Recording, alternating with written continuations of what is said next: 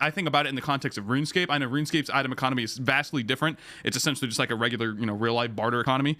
The Grand Exchange though is a very good system. I'm sure you are familiar with it, if not know the details of it. Do you know Grand Exchange? Do you know what that is? No, I got laid in high school, so I never played RuneScape. Okay, look at this guy. He's talking about World of Warcraft. He's hating on RuneScape. I'm a PoE loyalist, though. I've never actually played a game since I started PoE. Okay, well, there are ways. All I'm trying to say is that there are ways that games have done asynchronous trading, and you'll see if you go on the PoE Reddit or wherever your PoE discussion takes place, you'll see people mention the Grand Exchange because it is a very good system. It's not just a simple auction house where you have listings and then you can sort by value, whatever. It's a I don't know how to you would know all these terms for sure. You can't actually see how many items are listed. You can't see the price of them. It just shows you a median, and then it shows you can go like plus 5%, minus 5%. You can just do whatever you want, and it's based on like the time of the listing. So you will not necessarily buy the cheapest item every time. It's like a formula where it's like this guy has listed it for this time, and it's like the closest match to your price. It'll give it to that guy. Like there's so many intricacies of it. That actually could be problematic in PoE. Anytime you put like a bid auction up, it takes away the responsibility or the culpability of the seller to actually find out and take the time how much to list it for. And because the best teacher in PoE, and I don't care what anyone says, because I have been taken advantage to the tunes of thousands of mirrors. Like literally I probably get quote unquote scammed out of 5 mirrors a week because of like little mental lapses that I have in paying attention to certain things or whatever. And I can say firsthand, undoubtedly, the best teacher in this game is always experience, right? Yeah. And if you undersell an item, for example, right, like you find something, a triple synth base, and you sell it for 10 divs to come to find out it was worth a mirror later, guess who's going to take the time to price check every single triple synth that they ever find for the rest of the time they play PoE, right? And that is a universal experience with any person you talk to in the game. And so the problem with any kind of bid-based thing where the final sale price, that onus is moved to the buyer, it defers any responsibility for the seller to actually learn about the itemization and the value of different things, not only in terms of the modifiers themselves, but how they correlate. So the more I think about that system wouldn't even work for the actual items in Path of Exile because there are just so many. Like the base type is the simplest thing about the item, and that's essentially all of RuneScape's items are a base type. There's no stats. I mean, there's stats that give to your character, but like every single dragon two-handed sword is a dragon two. Every single pair of Barrow's glove. The Barrow's gloves aren't traded. I'm doing a terrible job to explain, but you know what I'm saying. It's not Path of Exile has. As I started this conversation, 688 divine since we started talking about it. Okay, look at this guy. I've ignored that 4.8 divine trade twice now. I'll have you know. Different leagues here. I actually am doing solo self one right now. I'm one of those guys. I was just trying to direct you back to PoE from that little nerdscape thing or whatever. I understand. My point with the PoE thing is that I think an asynchronous trading system would be excellent just for the bulk trading because people are already doing that. So why not? It's like GGG. You got to get with the times now. Finally, I agree. There's merit to that for sure. But asynchronous trading and bulk trading are two different topics. Right. Bulk trading, anything that can be bulk traded. I think you could have asynchronous trading for those because it's essentially the same thing right now. Also, one of the big problems, and I don't hear enough people talk about this, that they have with PoE as it's currently implemented with bulk trading, is that the scalability of it doesn't work. If you're like financial markets in the real life, okay, you can buy penny stocks and get massive gains on them, right? But you can't translate that because if you buy something for like a 30-cent pink sheet stock and it goes to 40 cents, so you've got 33% gain, right? Woo! You're not gonna have like a $2 trillion company, right? Like Apple, all of a sudden be worth like $700 billion more the next day because it's just the scalability is not there. Now over time, obviously one's more consistent, outperforming, whatever, right? And PoE suffers a similar problem with the way it's implemented now because the more the player base grows, the worse the way that it is right now gets. And I'll explain that. If you're selling a divine for chaos orbs, all right? And let's say the going rate is 195 chaos, and you list yours for 194 chaos, right? That means that, let's say there's 200,000 people playing the game. There are probably 10,000 people wanting to buy a divine orb at that minute, and all 10,000 of those people are going to be directed to the absolute cheapest seller. Yep. Right? And so if you list something for the cheapest on trade, it's overwhelming you because you're going to have 10,000. This has happened to me so many times I can't even... You'll get spammed so much to the point, like I've actually had my game crash before because of how many people try to message me to buy something. And then the problem on the flip side is that if you're trying to buy something, There are so many people trying to buy them at the competitive prices that you end up going 10, 15, 20, 30% higher sometimes just to have somebody answer you. Yep. And that's not fit to scale because obviously the intention of any company, especially since it's been bought by what's it called, Tencent, they're going to be bottom line focused, which means they're going to be looking on new player acquisition, which means the game is going to continue to grow and that problem is going to continue to compound upon itself. Yep. And so if you're willing to admit that there's an issue in terms of functional or development side access to these things, and the fact that the current implementation is already one whereby there is no player-to-player friction outside of an unscalable and untenable system because of the issues I just mentioned, then what is really the substantive difference between switching that to a asynchronous trading style, like a trading post? But that would only extend to things that apply to currency, like that would show up on the bulk trading site. If you start to blur the line between that and rare items, the economy in this game will be lost forever. Yep. And I mean that in a very serious way, especially because I don't know if you're familiar with this, but it's one of the things I've mentioned with TFT before. And I'll forgive me if I'm blurring, like screwing up the names of these programs, but people can write Python scripts or something like that, but basically automated bots that can look for certain modifiers. Like let's say you're using alterations and you want to stop at merciless. You can just click a button and it'll roll your alts until it hits merciless, and then it'll stop, and then you can get it to exalt, whatever, right? And so if you can start putting rare items asynchronously, guess what they're going to do? They're going to do the exact same thing to buy, to relist, to price, and that whole thing will be taken over by bots. And on the player experience side, there's no reason to learn it, right? The friction of the game has to exist, but it doesn't necessarily. The problem, I think, is that the friction right now is coming from the exchange of those. The items, the friction should be coming in the process of gaining the knowledge to understand those items. Exactly. Right. And it's like you said, like the only resource is time, right? And that's the only problem right now is that it's just too much time to do what you want to do for unnecessarily. It's just there's no point. There's no point for having it take this much time to bulk trade all this stuff, honestly. Because of what you said. It's mainly because you whisper someone and they don't respond. It's just literally that simple. That is the most annoying part to 99% of players that interact with trade. That is their huge problem, is that I can whisper literally 10, 15, 20 people before I get a message. Like, huh? Yeah. Yeah. And it's like the biggest problem, I think, and this is a turn of phrase that I repeat to people like when I stream all the time, is that PoE has, because of the massive amount of complexity that PoE bears with it, and the fact that the game largely grew off of the back of personalities, right? Kripparrian was mine. I heard you mentioning before. Oh, yeah. Right? The PoE subreddit used to be just dominated by clips from Twitch streamers, right?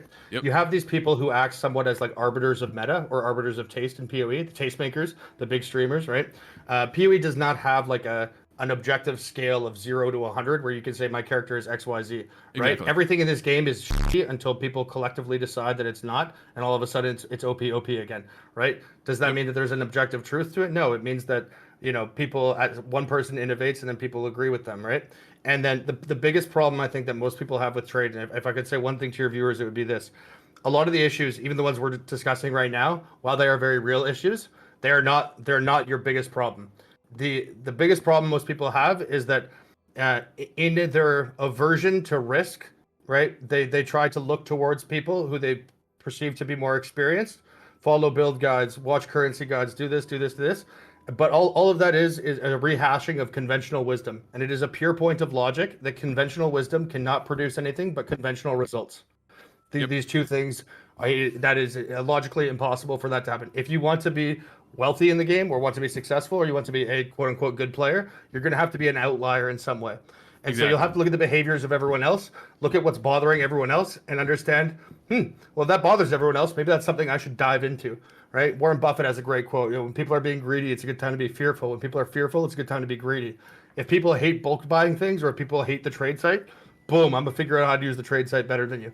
People think the game is ruined without TFT. You can't make money without it. Okay, well, what is it that people make money with on TFT? I'm going to focus everywhere else, right?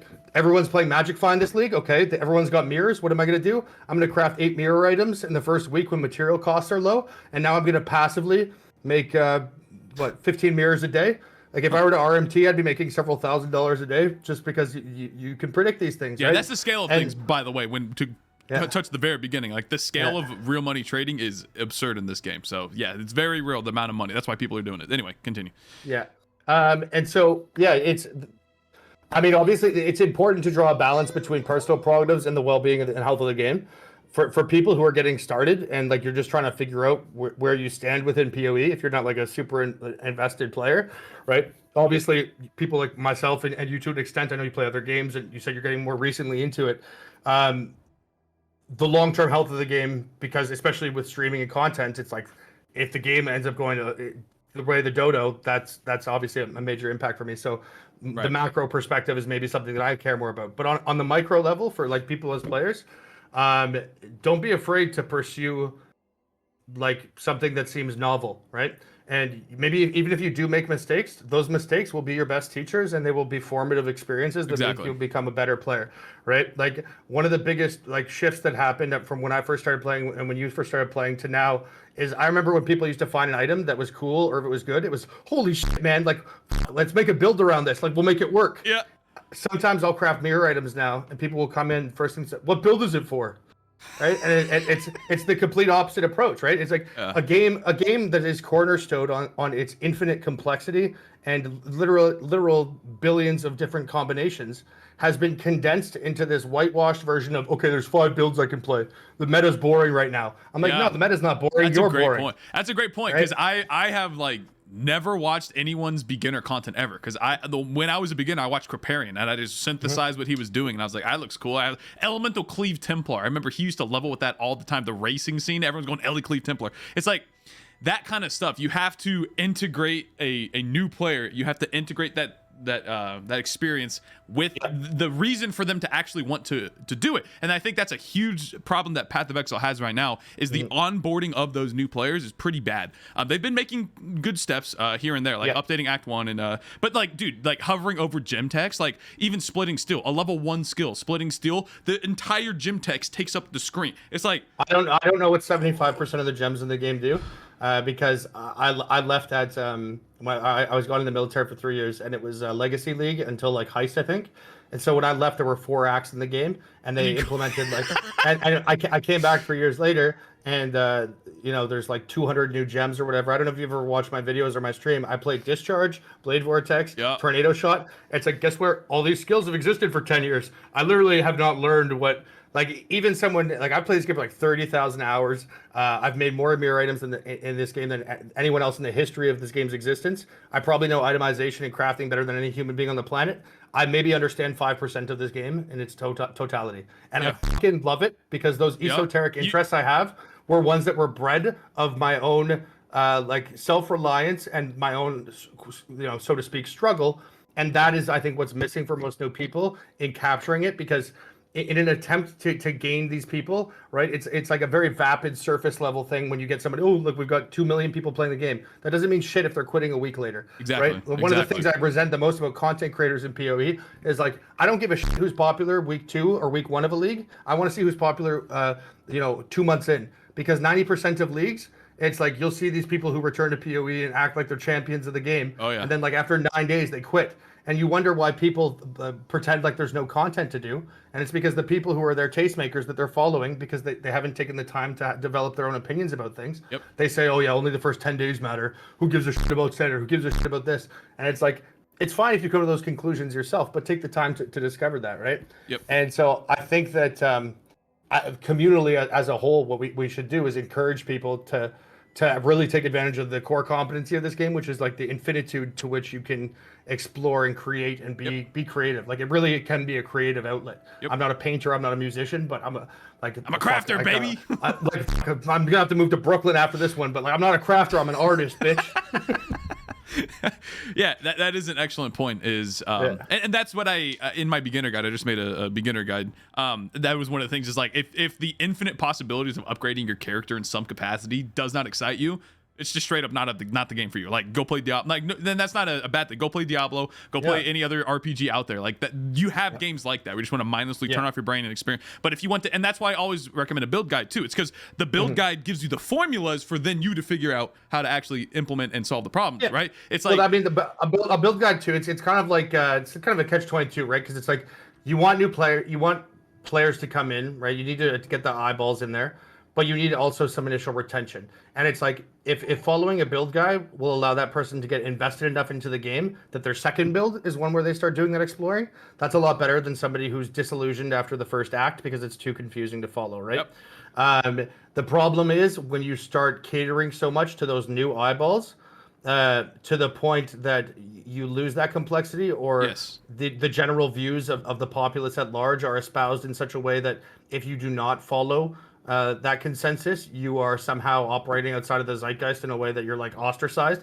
Like when people, I jokingly bought a 3 mirror Venters because of, and I'm wearing a 3 modded perfect rarity helmet, and I never leave my hideout because everyone's playing MF this league. Yeah. And so I just thought it would be funny to like meme at the fact that I'm wearing perfect MF gear and I've never killed a mob, right? And but it's like people are like, imagine playing TS without MFing this league, and it's like, like that kind of mentality. I get it, and people like to put prod at each other, but it's actually kind of insidious on a macro scale, because when people feel like, especially people who have platforms like you and I do, right?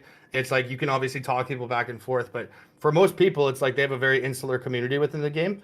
And so it's like they might know a couple people that they trade with or they're in a guild with or whatever, right? But by and large, they live vicariously through the sentiments of people expressed in public forums like Twitch or Reddit or whatever, right? And if you start seeing voices piling in on one another, being like, this is fucking trash, this is garbage, blah, blah, blah, and they're just people who are the ones that have not taken the time to understand the depth or whatever, then the game starts to cater towards that. And if you need a case study for this, compare Diablo 2 to Diablo 3, because that's what happens when that paradigm shift happens. And you tell me any person that says you just articulated the problem with modern gaming. Like that's straight up exactly what's been going on, and that's why do you think we're seeing remakes and remasters 24/7, right? It's because there was an essence back then, because they were not approaching the bottom line. From a business, it's like a bottom line perspective, right? Like you said, all they're trying to do is get the most amount of players, but by extension, they're also alienating the people. I will always say hardcore players are the lifeblood of any game, period. Like if your game does not have a hardcore player base, it's just not going to be a successful game, period. Like straight up. It's that simple. So yeah, that is a very good point. You're very articulate, dude. You would think that you sit down and wrote a script on all that stuff. But that is a massive point, and that is why Path of Exile it started pretty slow, right? It was a slow simmer, but this game has grown to the point. It's not quite the household name as something like a Blizzard game like Diablo or something, but it's getting there, man. Like this game is really getting. It's finding the right people finally at this point, and of course by extension, we're gonna have all the other people that are like telling you, like, hey, I tried to follow this guy and I couldn't figure out. This what I mean? I feel like most directors would rather have directed Citizen Kane than Avengers Endgame. You know what? So sometimes when you look at like a body of work through a lens like that, I think that metrics don't always encapsulate it, and I think I mean drawing that you obviously have to tether a line now that they're owned by a parent company, right? But if you like Blizzard, for example, right? They had other bodies of work where they can kind of jump. Okay, well, we've still got WoW, we've got whatever, but GGG just has Path of Exile, right? And so they don't have that opportunity to, okay, if we release a bad Diablo, we've got WoW, we've got StarCraft, we've got Overwatch, we've got right, and so they do have to pay due attention to this, and to their credit, they are. I would never tell them what to do because. Again, that Mark Twain quote. Just listen to them talk. Go listen to the Path of Exile 2 conferences. Like it's insane the amount of passion, let alone just knowledge, straight up knowledge they have on the game. Like you'll see a lot of people that have built something, game developers, and then they don't quite know what to do after that. Like it's an explosion overnight. There's tons of people that want to be interested in it, and then it's just they don't know how to iterate and they don't know how to push it forward in the correct way. Not to interrupt you. I'm sorry. No, it's okay. I the fact that you called me articulate, aside from the fact that I'm vain and love compliments. A lot of the people who I have these discussions with, I'll see their chat or I'll see them being like yap yap yap yap yap yap yap, and like even no, but the point is that like the word choice, even though I will use a lot of words, I think that the points that I'm making, you can't encapsulate a 10-year body of work that you've spent that much time into and condense it into a 5-minute soundbite.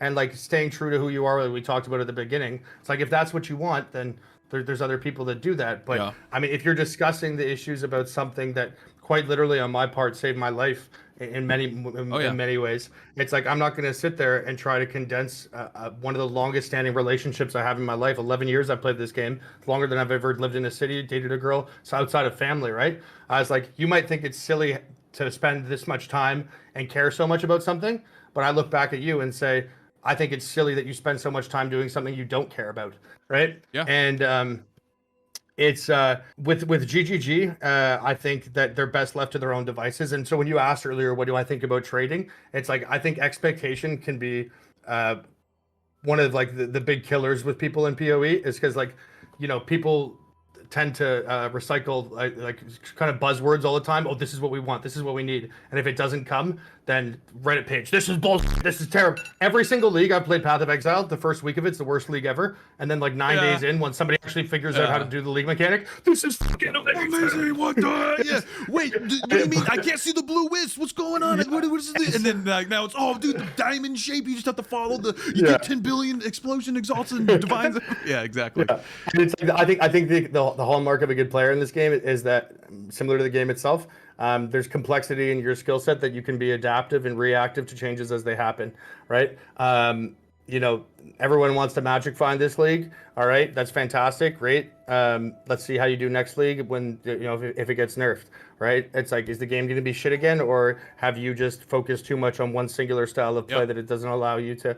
And for me, I take that as a challenge, right? It's like I have to round myself out in a way that like I can weather the storm through that and through trial and error. And some leagues work better than others, but that's how you become a more complete player. And I think if you look at the fact that a lot of the big streamers and content people in PoE are people that have played for 10 years, I mean, what better testament to that, right? Yep, exactly. Right? The fact that the people who are sticking around still, who are these thought leaders, they might condense things and because of their viewership, it might get misinterpreted and be like, this is not like, if I tell somebody what build I'm playing, it doesn't mean, hey, 200,000 of you people go play the same build because it's the be all end all. Yeah. But sometimes people interpret it right that way, right? And so, I'm sure there's maybe a communicative barrier that can cross there, or that problem can be fixed. But by and large, it's just like people need to be more conscientious of the fact that this is not like a mobile game that you're playing for 20 minutes. And if you want to get good at it and you want to become an upper level player, that's going to take some investment in time. However, I can guarantee you that there is no better return on investment than investing into your knowledge and understanding of the core mechanics, itemization, and all of these precipitous factors that lead to long-term growth in PoE, because they are adaptive and they are ones that will, regardless of the ebb and tide and flow of the game, you will be able to use to launchpad your next league, right? I think that it's hard to tell somebody the best way to get good is to be shit for a while, but it's the reality of the situation, right? That's just life, right? That's how you gain experience with anything. You have to just do it. It's also the catch-22 of being a content creator, right? Because you want to say things that people are far more positive to. Hey guys, here's a way that you can buy this in 5 minutes. Blah blah blah blah blah blah. Here's the best build ever. Here's the fucking or every single one of your thumbnails has like your face going like. Oh my gosh, yeah. Right, and it's like, okay, not everything. It's like sometimes the hard truths are the ones that need to be spoken the most, and in particular, if that rubs people the wrong way, maybe address what's that underlying thing that's causing you to feel that way, because that's probably where your weakness lies. Yep, exactly, and that's life too. It's like people just straight up don't want to do the thing that takes the most time, the most difficult. Like they just don't want to spend the time to do it. And to their credit, this is a video game. Right? At the end of the day, this is not I want to rephrase that again, because yes, it's a video game, but like you said, it's you're doing something that you're passionate about. You're doing something that has actual tangible benefits to, because it's a character building thing, honestly. Yeah. Quite frankly, well, you are choosing to play Path of Exile because of its complexity. It is literally its cornerstone, its hallmark, right? The reason why someone would play PoE over Diablo is far more polished. Oh, yeah. It's got a bigger studio behind it. It's easier to get into. You don't have to understand. It doesn't require third-party systems. The reason why someone would choose PoE over that is because the game is complex and because of the game's depth. And so when you start to abandon your outlook or your the courage of your convictions, why you came in the first place, because of some short-term personal, I don't want to have to work hard, that should never be applied to the game at large, because exactly it's an unsustainable system, right? Yeah, I agree. I mean, we've talked about pretty much everything I wanted to talk about here. All right. This is thank you for having this conversation, man. I wanted to give you the platform for that, but I've always just wanted to pick your brain, because I've noticed that you just have a very unique approach to the game. Not wholly unique, but there are very few people, especially maybe content creator, you might be like the only one to truly approach the game in the way that you do. So I applaud you for that. And Thank you, sir. Thank you for having the conversation, man. I hope Yeah, that I very much enjoyed it. I apologize if I dragged on a little bit, but again, my deepest gratitude for No. being the one to extend that olive branch, and I wish you nothing but the best. And if you ever want to learn how to stack those D's a little higher, I'll let you boy. absolutely, dude. All right, man. Thank you for All right, having the take time. care, brother.